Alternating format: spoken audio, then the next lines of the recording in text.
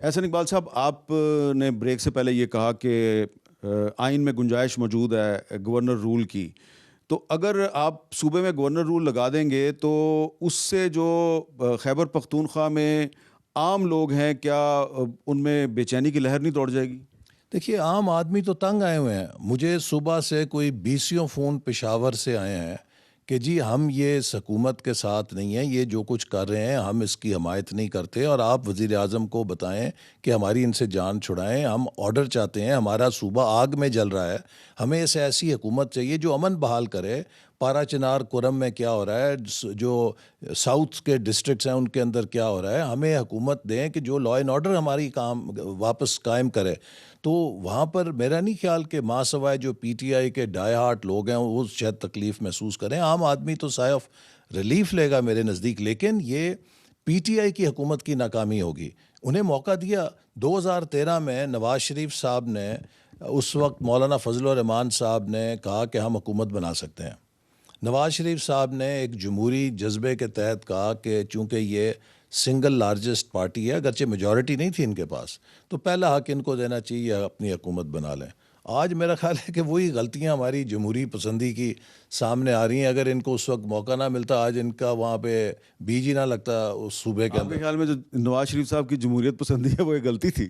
وہی میں کہہ رہا ہوں نا، وہ اسی طرح 2014 میں جب انہوں نے پارلیمنٹ پہ حملہ کیا، اس وقت ان کے خلاف جو بغاوت کے کیسز ہیں، اگر ہم ان کی پیروی کر دیتے تو مجھے یقین ہے 9 مئی تک بات ہی نہ پہنچتی. اچھا، 2014 میں جو وزیر داخلہ تھے چودھری نثار علی خان صاحب، وہ یہ اوپینین رکھتے تھے کہ ان کو ریڈ زون میں داخل ہونے کی اجازت نہیں ملنی چاہیے، لیکن نواز شریف صاحب نے کہا کہ ان کو آنے دیں.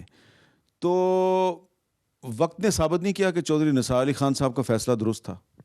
میرا خیال ہے کہ اس وقت جو نواز شریف صاحب کا فیصلہ تھا اس کے نتیجے میں یہ ایکسپوز ہوئے بہت بری طرح، اور لوگوں کو پتہ چلا کہ ان کے اصل عزائم کیا ہیں. یہ جو کہتے تھے کہ، اور آپ نے دیکھا کہ پھر اس کے بعد ایک تسلسل ہے جس میں انہوں نے تشدد کیا، پارلیمنٹ پہ قبضہ کیا، پی ٹی وی پہ قبضہ کیا، پھر اس کے بعد جب جوڈیشل کمپلیکس ہے اس کا کیا اشر کیا، زمان پارک میں جب ان کو سمن دینے گئے اس پہ کیا اشر کیا، پھر پرویز خٹک صاحب کے مزید جو لانگ مارچز تھیں اس میں انہوں نے کیا کیا. اور اسی طرح اب بھی یہ جو ان کے پچھلے مظاہرے تھے ان کے اندر انہوں نے پولیس کے ساتھ کیا گولیاں چلائیں، اپنے سرکاری وسائل سے ٹیئر گیس الٹا پولیس کے اوپر چلائی. تو ان کی اب آپ رسک نہیں لے سکتے، چونکہ اب پتہ لگ گیا ہے کہ یہ کیا کرنے کے قابل ہیں. پھر 9 مئی کا واقعہ تو آپ دیکھیے، ماسٹر ایک پاکستان کے لیے ٹریجڈی تھی کہ جی ایچ کیو پہ حملہ، کور کمانڈر کے گھروں پہ حملہ، قائد اعظم کے جناح ہاؤس کو جلا دیا، شہداء کی یادگاریں جلا دیں. آج آپ بتائیے کہ وہ گروہ جو آپ کی بارڈر پہ ایک پوسٹ ہے جس پہ 2 یا 3 سپاہی ہوتے ہیں اس پہ حملہ کرتا ہے، اس پہ تو آپ دہشت گردی کی دفعہ لگا دیتے ہیں، اسے تو کہتے ہیں کہ ملٹری ٹرائل کرو. تو جو جی ایچ کیو پہ حملہ کرے، جو کور کمانڈر ہاؤس جلا کے خاک کر دے، جو فضائیہ کی تنصیبات پہ حملہ کرے جماعت، اسے آپ کہتے ہیں کہ وہ والا ٹرائل دو جو جیب کتروں کا ٹرائل ہوتا ہے. تو یہ کون سا انصاف ہے؟ تو اب وے فارورڈ کیا ہے؟ دیکھیے، وے فارورڈ یہی ہے کہ پی ٹی آئی کے ہاتھ میں کنجی ہے. اگر تو اس کی سیاسی قیادت سمجھتی ہے کہ بشرا بی بی اور عمران خان ان کو ایک کھائی کے اندر لے کر جا رہے ہیں، ایک ڈیڈ اینڈ کے اندر لے کے جا رہے ہیں، تو انہیں اپنی سیاسی فراست کا مظاہرہ کرنا چاہیے اور اس طرز سیاست سے علیحدہ ہو کر جمہوریت کے اصولوں کے مطابق بات چیت کریں اور اس طرح کی پرتشدد سیاست سے گریز کریں. لیکن اگر گورنر رول لگتا ہے خیبر پختونخوا میں تو صورتحال مزید کشیدہ نہیں ہو جائے گی؟